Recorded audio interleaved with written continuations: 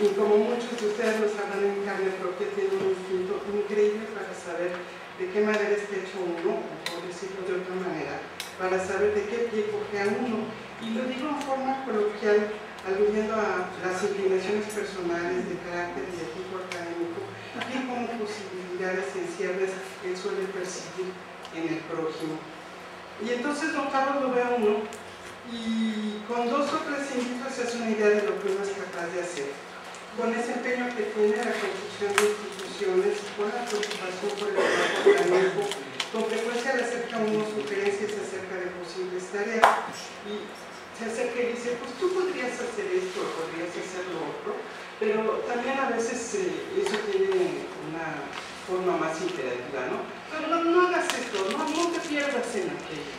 Y uno a veces reconoce que tiene mucha razón y entonces no tiene más que hacerle caso o hacerle un poco de caso. Aunque no siempre siga uno sus recomendaciones.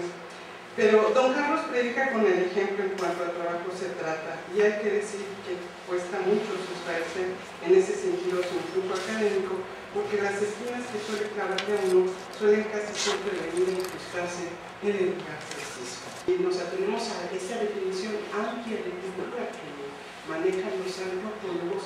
Todo es cultura y todo es susceptible actualmente de entrar en la tradición.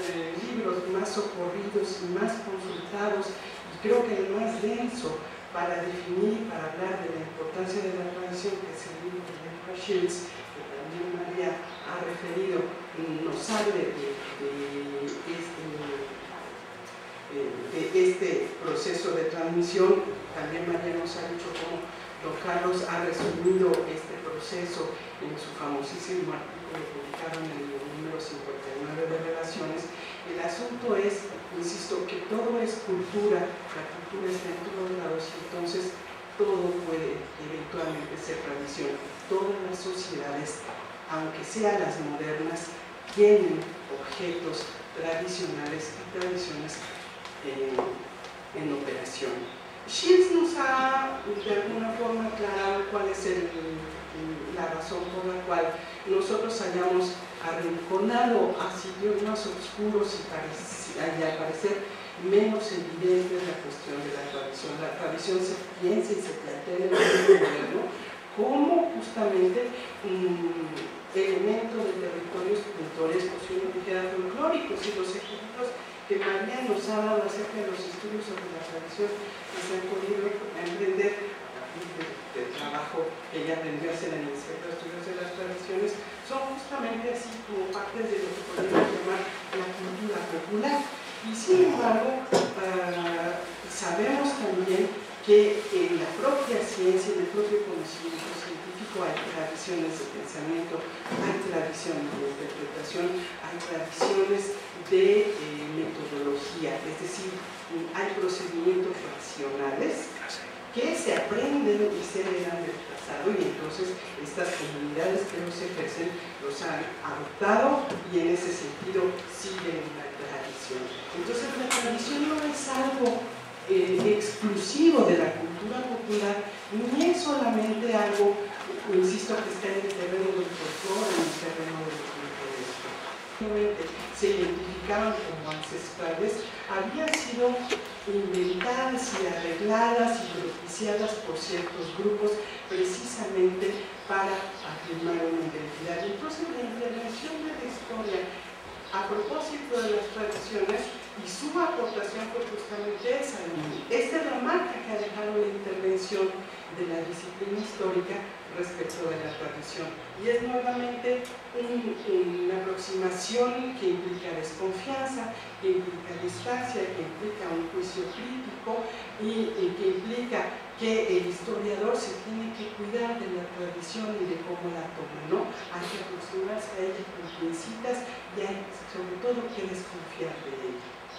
Los etnólogos, por su parte, los sociólogos han seguido trabajando en la etnología con sus procedimientos metodológicos, con el trabajo de campo, con la etnografía.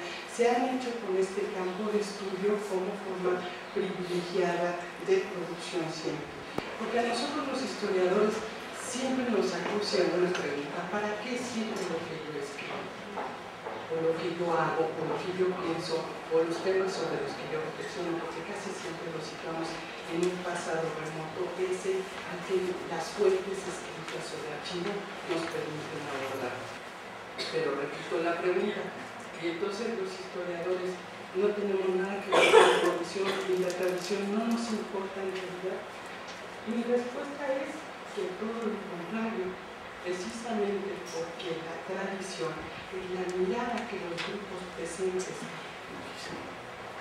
echan sobre su pasado, escogiendo en él los objetos que les parecen más importantes, reconociendo en ese pasado lo que ellos quieren y prefieren en este momento, recuperar como ancestros, reconocer como ejemplos los estereos en los que quieren mirarse.